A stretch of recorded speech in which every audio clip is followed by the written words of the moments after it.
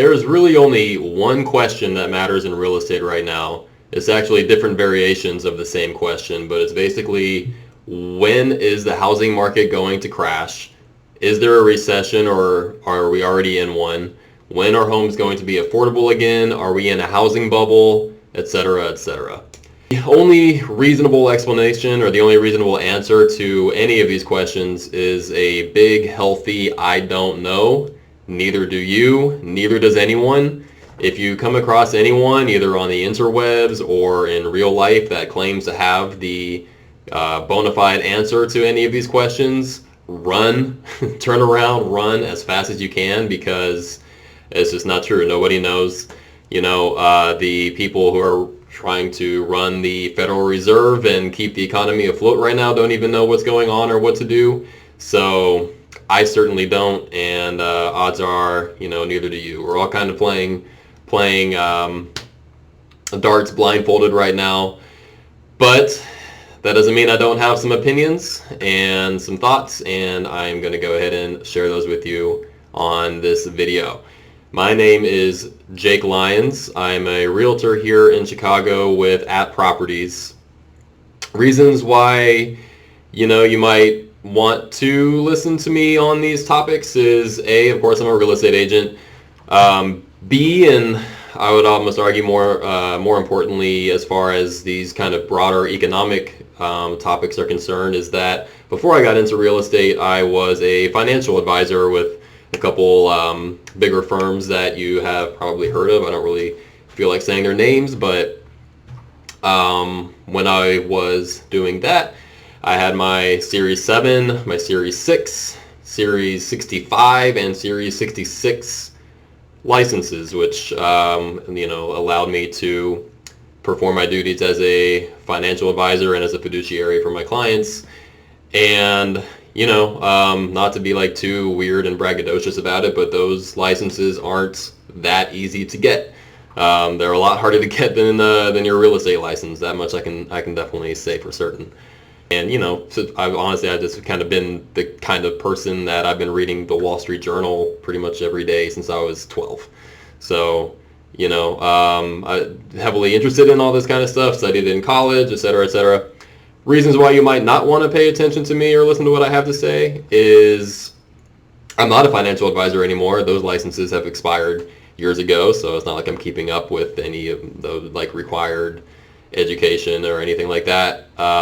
As far as that goes, I have no crystal ball, as I've said. These are all, I'm just kind of going into some historical data and charts and graphs and trying to glean from it what I can and try to make the best, not even predictions, but just try to make the most sense of it as I can. I guess you might think that I could be biased, that trying to convince you that things aren't that bad, might benefit me. I guess that could be true.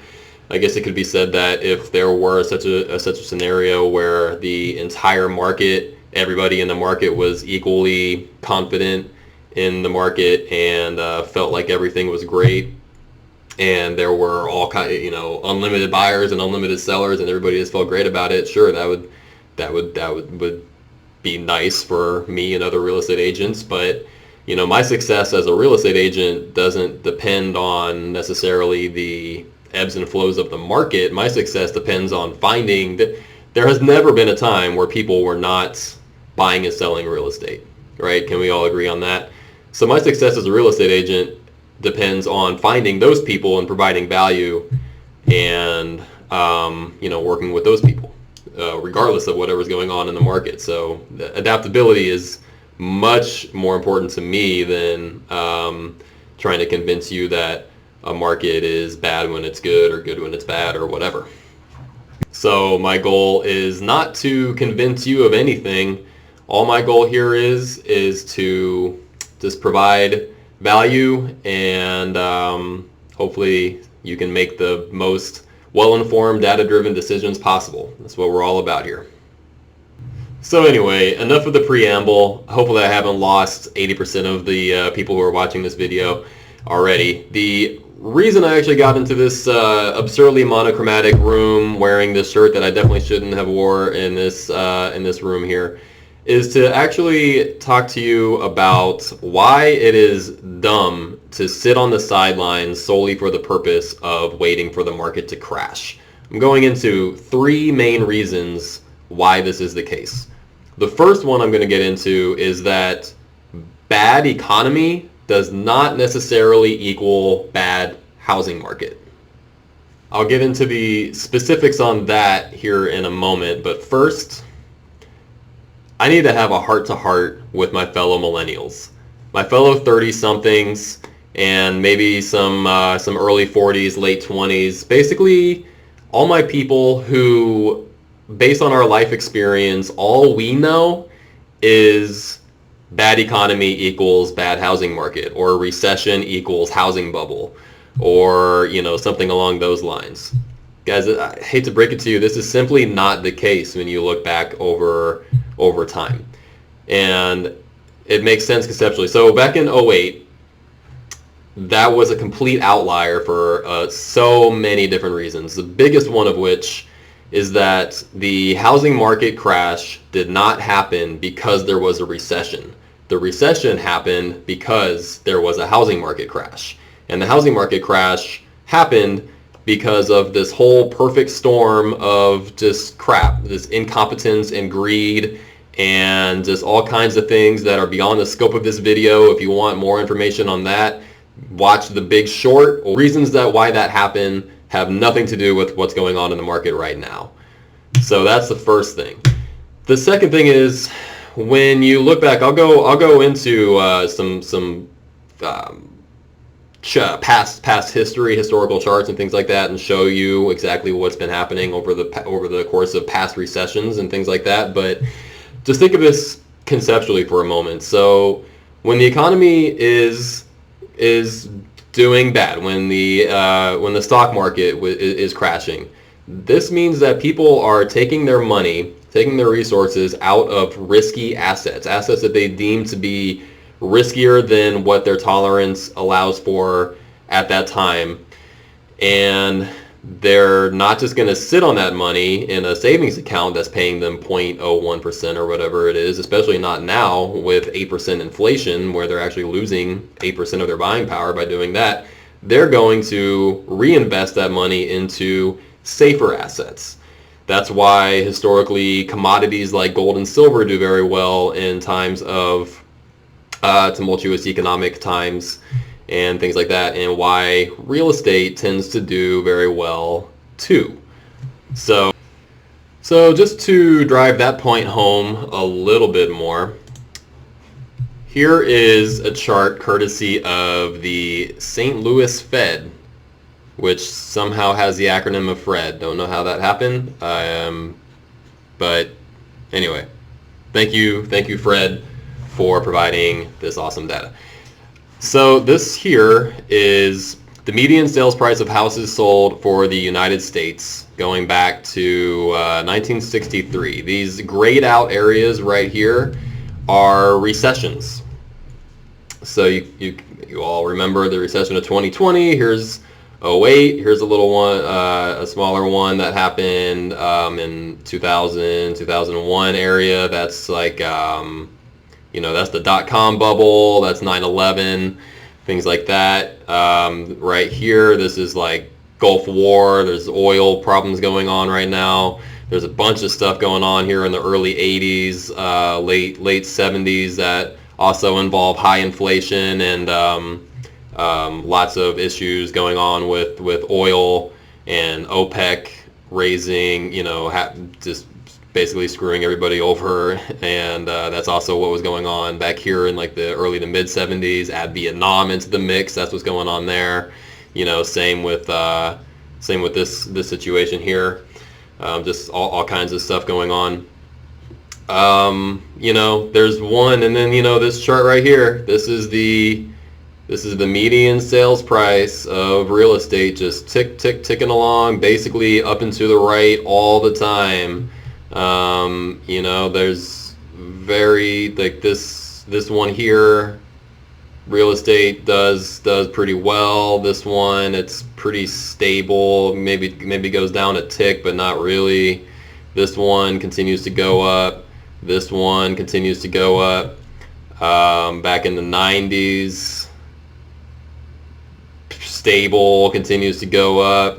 The dot-com crash, early 2000s one, that one did tick down a little bit. That's probably that was probably the one where the housing market was impacted by the recession the most, up until obviously the '08 crash, which as we just went into, was a complete disaster for for the housing market. But the one did not cause the other, kind of thing. And then here in 2020 with COVID, it did go down a little bit, just because at first, right here, just in this one quarter, just because nobody could do anything. We were all stuck in our homes, and there just weren't. Nobody was able to see homes. Nobody was really buying homes. You all, don't have to remind you. You all were there, okay? But obviously, as we've seen in the as we've experienced or read about or whatever, we've seen the housing market just go up and up and up since then. So that's what's going on. This is just past data. Is not a guarantee of future performance, but it is the best indicator that we have. So even though everybody says how unprecedented these times are, and indeed they are, I still think that a little bit of historical context can be helpful, and that we can still glean something from them. On to the next reason. The second reason why waiting for the market to crash before you do anything is dumb is that there really isn't any good data to support a true market crash. Interest rates at the time of recording are sitting at about 5.9%. This is roughly twice what they were just a few months ago, when they were actually below 3% for a time. As you might expect, this has had a pretty dramatic impact on the demand side of the price equation, at least, or just the demand side of real estate, as according to Zillow in June, new contracts were down 27% year over year. So you might be thinking, okay, well, how is that not going to impact the prices? Because price is a function of supply and demand. So if demand is plummeting that much, then surely the price must be going along with it. But that could be true, except for the fact that supply is not increasing. Supply is actually also decreasing. Supply across America decreased by 8% over that same amount of time. Here in my market, Chicago, it's actually much more equal than that. I think both the new contracts and new listings, I believe, were both down right around 29-30%. So that and prices actually in this same amount of time, nationally, have actually gone up 18%. So even though there's so much less, there's still less inventory, and the inventory, the supply, has really been the problem this whole time. Even though there's that many fewer buyers putting places under contract, the prices are still going up because everybody's trying to get in before they know that these interest rates are probably going to continue to go up. I'll have more on that later, on why the interest rates basically must keep going up, and they will, in my opinion. There's really no reason, and there's no reason on the horizon that I see of why the supply would continue, or why the supply wouldn't continue to decrease. There's no good reason for sellers to sell their place right now. Even though the prices are high, they see how hard it is to buy a place. So it's just this kind of constant vicious cycle of snake eating its own tail, and so on and so forth. So Another reason why sellers aren't going to be so inclined to sell is because we actually have across the nation basically an all-time high. You'd have to go back to the early 80s to find a time when homeowners had more equity in their homes than they have now.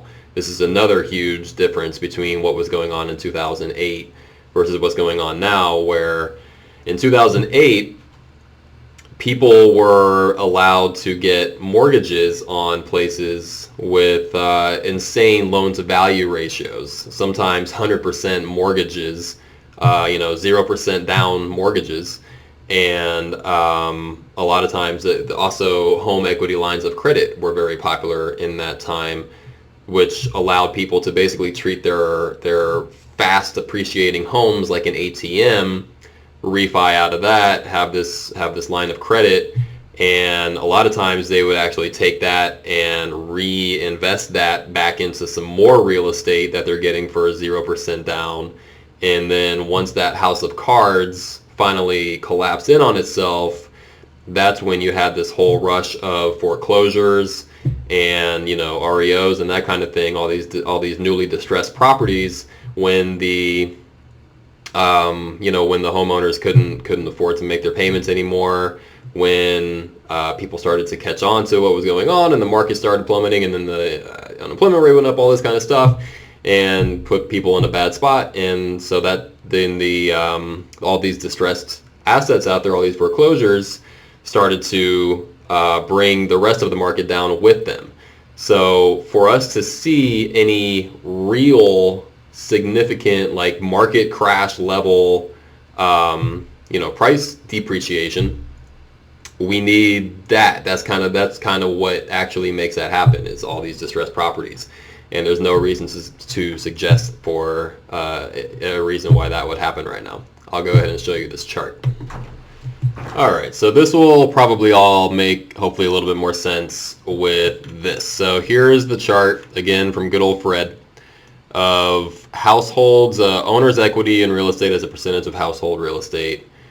And this goes all the way back to the 50s. This data here is not super relevant to us. The whole process of buying a home and the affordability of homes versus the median income for household income and all that kind of stuff was just so much better, so much better in the 50s and 60s.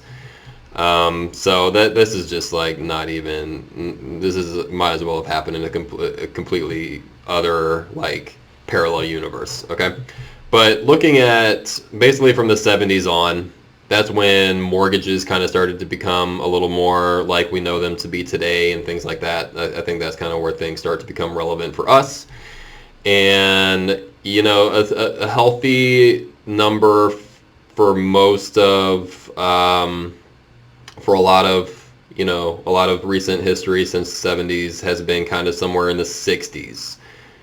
It kind of got to get a little bit low here in the 90s. I think there were somebody out there can probably tell me a little bit more about this. I was 7 at the time, but I do remember that there were some some pretty aggressive home buying programs and things like that, and the economy was really good in the 90s and things like that. So that might account for why the average equity might have been a little bit lower during this time. But for the most part, you see it in the 60s, mid to high 60s.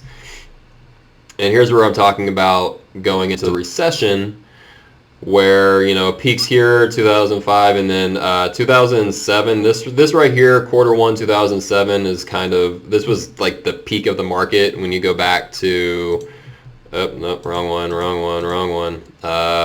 This one, I think, right? Yep. So this like Q1 of 2007 was arguably the worst time in the history of American real estate to buy a house. So that's a pretty good place to start, and then it just started to plummet from there. And this is what I'm talking about when all these people who were getting their 100%, their 0% down mortgages, who today never probably wouldn't even qualify for a mortgage if they had 50% down. Like this was the whole subprime mortgage problem, was people were being underwritten for loans that had bad credit, no income verification, just things that would never ever fly today, was commonplace, and that's why the bubble burst. That's why the house of cards came tumbling down, and it was not sustainable, and then people started losing their homes, foreclosures, distressed properties. You're down here into the 40s in terms of household equity on the average, and then that has recovered to the point where we are now. The last data point we have was Q1 of this year, 2022, where it's almost 69.9%, which would be almost, we can just go ahead and say that's almost. We're 1% away, about a little less than 1% away from an all-time high, and that will probably, honestly, and I'd be surprised if when Q2 stuff comes out, that is not actually higher, because places have continued to appreciate and people aren't selling, and there's no foreclosures are very, very rare.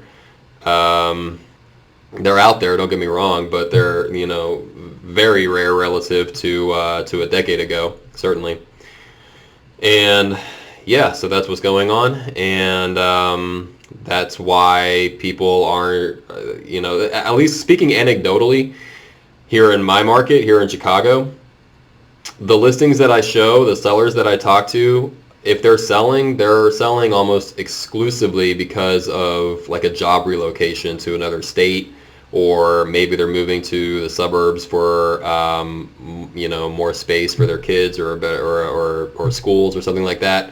Nobody's really selling just to sell. Nobody's just looking at these prices or the market and saying, okay, maybe I'll just sell now while I'm at it, and just move to a place down the street and cash in on this house. This is not happening because they have all this equity, and they see the market conditions, and they would also have to jump into the higher mortgage rates and all this kind of stuff. So, and by the way, if that is you and you're in the Chicago area, let me know. We have maybe some ways to sweeten the situation a little bit, and be creative around some of these problems. But that's a whole nother thing. But yeah, so that all being said, the supply has to increase, or there's really no reason to suggest that prices will decrease. That's the bottom line. The third reason that I'll get into of why waiting for the market to crash is dumb is that unless you're paying all cash, even if the market did decrease, even if prices did fall, that doesn't necessarily mean that you would be better off from an affordability standpoint or even an equity standpoint. All right. This is there's a lot going on here. Try to stick with me. There's 3 different charts going on this graph, or on this chart, whatever you want to call it. The blue one here, this is since the 70s. This is 30-year fixed rate mortgage rates. The red is the yield on 10-year Treasury notes, and the green is the sticky price consumer price index less food and energy. Okay, I know that's kind of abstract, but there's like 1,000 different ways of measuring consumer price indices and inflation, and just depending on like what basket of goods are you measuring over what intervals of time and all this kind of stuff. This is basically the one that I found that just matched up the prettiest on this graph, so I went with it. They all kind of tell the same story until are all pretty similar. Okay, so try not to get too bogged down into that detail. You can see that the mortgage rates and the 10-year Treasury notes are very, very highly correlated. It's not exactly one-to-one, but it might as well be, because reasons. Maybe I'll get into those reasons in another video.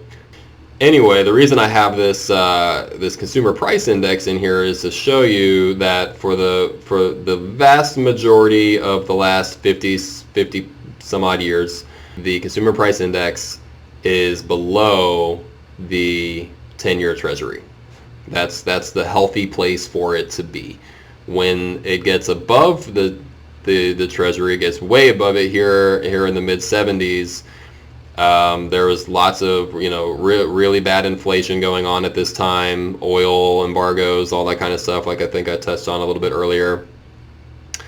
And when that happens, things start getting weird. Okay, for all of you who are looking at these high fives of interest rates and freaking out because again, talking to my millennials here, all we know is a reality where like 3%, 4% interest rates are the norm. That's not the norm. That's not the norm at all. I mean, that's actually where we are now. The most recent one that this one shows, let's see if I can even find it, wherever this, 5.7 in late June is still, we're still at like historically low interest rates even now. It's just compared to what it's been the last few years is why everyone's freaking out. But I mean, look at this. Like, it's not even close. Even just going back to the pre Great Recession, it's always been much higher. It's been 10%, like 8, 9, 10% is much more common than even where we are now. But look at what it was doing here in the 70s or like the late 70s, early 80s. Right there at the turn of the decade, it was at 18.53%. How nuts is that? So, there's there's a lot of room for these interest rates to keep going up before we're even batting an eye at anything like historical or anything like that. And as you can see, again, yeah, right here, this is where another one where the green exceeded the red, and then that was followed by some craziness in the interest rates, and then we were good for like what, 35 years or something like that. So I saw some weirdness right here that did not result in anything too weird.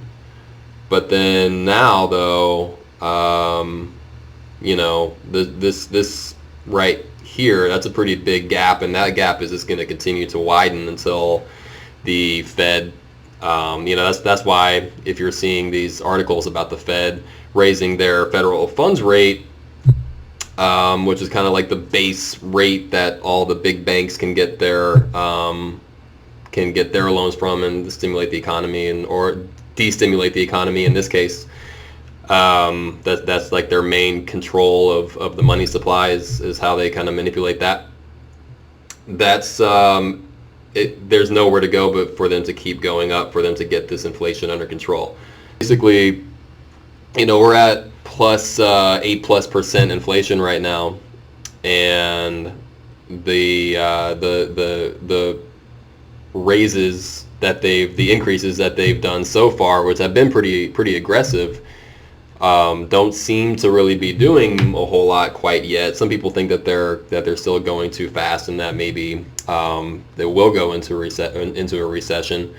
But the time will tell, and history will judge on that. But I don't make a whole lot of like guarantees or like I definitely think this will happen kind of statements, but interest rates are going to go up. That much I can almost know for sure. If it's at 5.9 today, it might go down to 5.7 tomorrow. I'm not saying that nothing's ever linear. I mean, look at this. Like it's jaggedy. None of this stuff is ever just like a smooth curve or a smooth line. But we'll probably see 10% interest rates before we ever see negative below 3% interest rates. And I wouldn't be surprised at all if this time next year we're looking at like 10, 12, whatever percent interest rates. That's not necessarily a prediction, but would not be surprised at all. All right, so with all that being said, let's just go ahead and assume that the interest rates, as they continue to go up, actually do successfully curb the demand enough that it results in a softened market and some price decreases, and that we do have not a crash but a market correction from previous highs of 5 to 10%. That's a scenario that I actually do believe is very likely. Okay, I'm going to be looking away from the camera a little bit on this because these, there's like some specific numbers that I just don't have absolutely memorized, so forgive me on that. But let's just run through a couple different scenarios, okay? So in the first scenario, let's just say on a $350,000 home with what's going on with interest rates today at 5.9% interest rate on a 30-year fixed for a $350,000 home, which is approximately the median price in nationally right now. And I'm not including taxes, insurance, or HOA or anything. This is just straight up just the mortgage payment with 20% down. And I am throwing that in there because if I didn't do that, then like you'd have PMI and what So whatever. This is 20% down. 30-year fix. Your payment would be $1,660.78. $1,660.78. Okay. So let's just say over the next few months, interest rates go up another couple points to 7.9%. Okay. Scenario that I also believe is very likely, as we just went over. If anything, conservative, right? And that this results in the market having a steep 10% decrease. Okay, so that same house that you could have bought today for $350,000, let's just say that it stayed on the market this whole time and it's had some price decreases, and now it's now it's at $315,000. It's taken a 10% hit, but now you have a 7.9% interest rate. Okay, so on that same house, but with the higher interest rate now, and the same everything else, no taxes, no nothing like that, 20% down, your payment is $1,831.55. So you've gone from $1,660 to $1,831 for the same house, even though that house was technically cheaper. Okay, so essentially, congratulations. You sat on the market, or you sat on the sidelines for long enough for your buying power on this money that you had set aside, while inflation was eating that up at 8%. Now your prize for your patience is that you get to pay 10% more per month for a house that is actually worth less. And this actually impacts you on the back end too, because your equity, I won't get into like the exact numbers, but basically after maybe I will get into the numbers. So after 5 years, the principal on the loan that you owe would be about $260,228. Okay, that would be for the scenario one, where you paid the current rates for the more expensive version of this house. In scenario two, you would owe $239,354, which is less, but also the house was less. So as a percentage, let's just say that there was no appreciation or depreciation. The house's price just stayed equal for 5 years.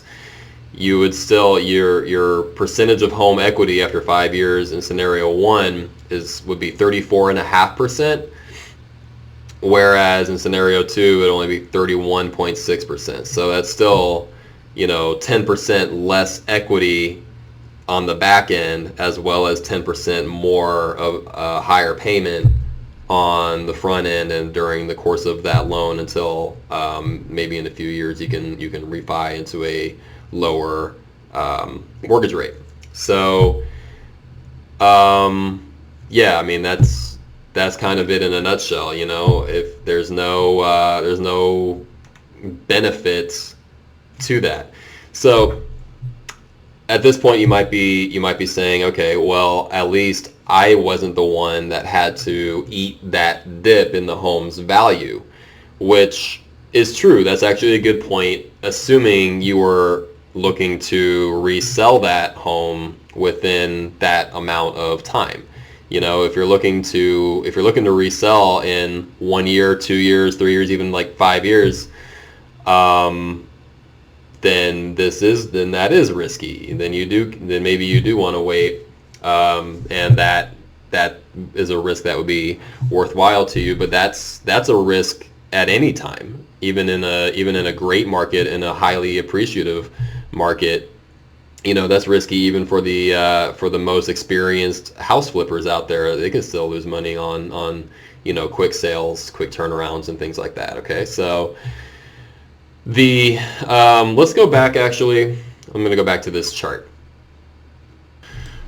All right, so you remember this is the median sales price of houses sold. All right, so remember when I told you how here in Q1 of 2007, this was the worst time ever in the history of ever to buy a home, because, you know, right around here is where the prices really started plummeting, and you would have, right between here and here was a 19% drop in the housing market. Just insane.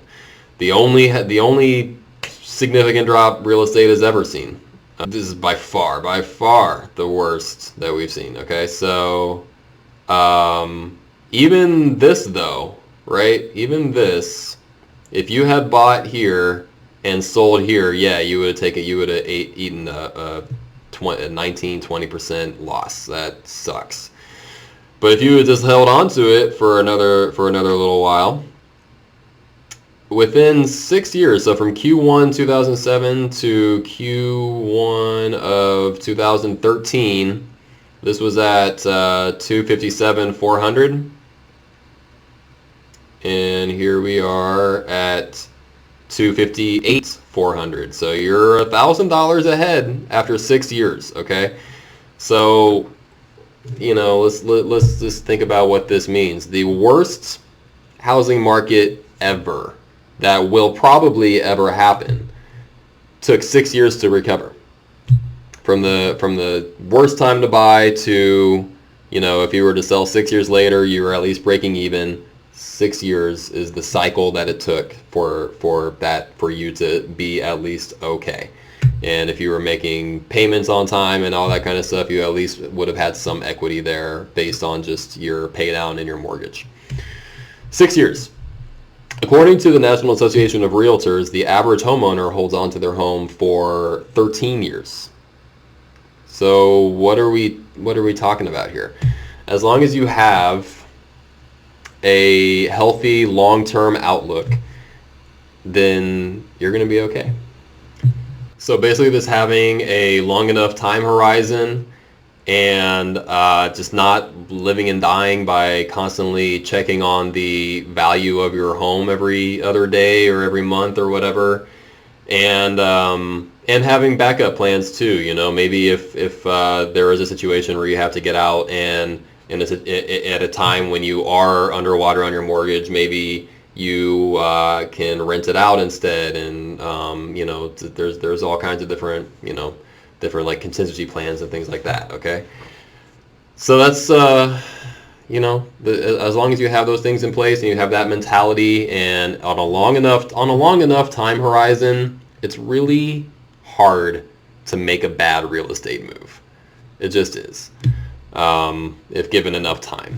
But so the reason I chose 5 years in this example, aside from it being just kind of a nice, you know, it's not a round number, but it's a nice, easy number, is that there's kind of this idea out there that well, you can, even if the interest rate goes up, you can always refinance later at a lower interest rate. And while that's true for most of time from at least the mid 80s, I do make the case that we might not be heading towards another '08 so much as we might be heading towards another '79, considering the situations with inflation and even oil and a lot of things that are happening that are a little bit similar to what was going on in the '70s.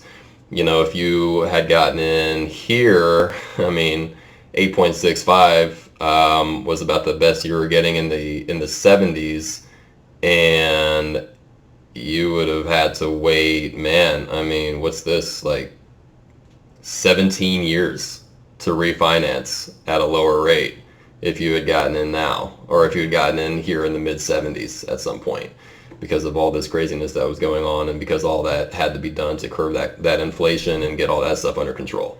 So there definitely is precedent for having to wait a really, really long time to refinance at a lower rate. Here in '87 at 9.6, this was the lowest that it got to here, but if you fast forward 5-ish years, you were able to refinance at least a little bit of a lower rate. Same thing here. This is about as low as it got here, but if you fast forward from 93 to 98, 6 point, that's close. That's at least getting close to it, right? If you got really low here in 2013, about 3.3 ish, and if you would have financed something in 2013 or somewhere around this range right here, you actually would have been waiting about 7 years for an opportunity to refinance at a lower rate, around that 2020, 2021 time. So anybody who refinanced around this time, these 2s and 3s, you're not going to be able to refinance at a lower rate. I'm just going to break that news right now. That's just not going to happen. That's the best rate.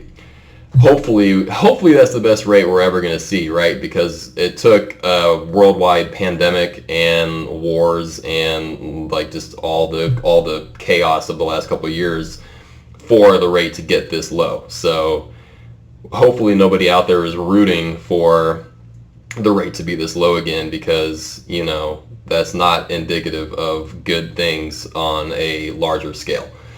But even looking at this now, when we're at this 5.8, 5.9, again looking back on where this is now in relation to where it's been historically, what's just thinking in bets here, what are the probabilities that it's going to go, that in 5-7 years or whatever, that is going to be lower than this versus higher than this, looking at where it's been before, and it just based on everything that I've talked about before, and what I will talk about. I'm not sure exactly where this part is going to go in this video, but you might have a tougher time if you are getting into a higher interest rate situation on purpose with the intention of refinancing soon at a lower rate, because it just might not play out that way. And look, none of this is to inspire FOMO or to shame anybody into not making a move right now if that's just not what's best for them for a number of reasons. You're trying to get your credit up, you're trying to save money for a down payment, you're trying to figure out your living situation, you just aren't in a position to buy or to sell, or you just like the idea of renting, whatever it might be. Your situation is whatever you need it to be. All I'm saying is, if you're in a situation right now where you can make a move, but you're thinking, is it smarter to wait for the market to come down versus the interest rates going up? These are just the things that I'm wanting to bring to your attention and at least have you think about a little bit. If you do wait, whether that is, by decision or by just circumstance, and you do get into a situation where you're at a much higher interest rate, maybe next year, when if interest rates really are into the double digits or high single digits or something along those lines, then indeed that will be kind of your best case scenario that you're hoping for, is that sometime within the next few years after that you can refinance into that lower rate. But just the equity that rate will have eaten up by that time will just be a little bit harder to catch up from. That's kind of the main point that I'm getting at there. Of course, disclaimers abound on this topic, okay? This whole time I've been talking mostly about data on the national level. We all know real estate is a very hyper-local situation. What's going on from block to block, what's going on one block is going to vary significantly from what's going on another block, from city to city, from state to state, region to region, from time period to time period, whatever. There's just all kinds of variables at play here. And all I'm doing, I am open to being wrong on all of this. I'm just a guy looking at charts and seeing what I can glean from it. And my opinion is subject to change based on new data and new information that comes to the market, which is happening all day, every day. Okay, so this is my kind of where I stand in this moment in time.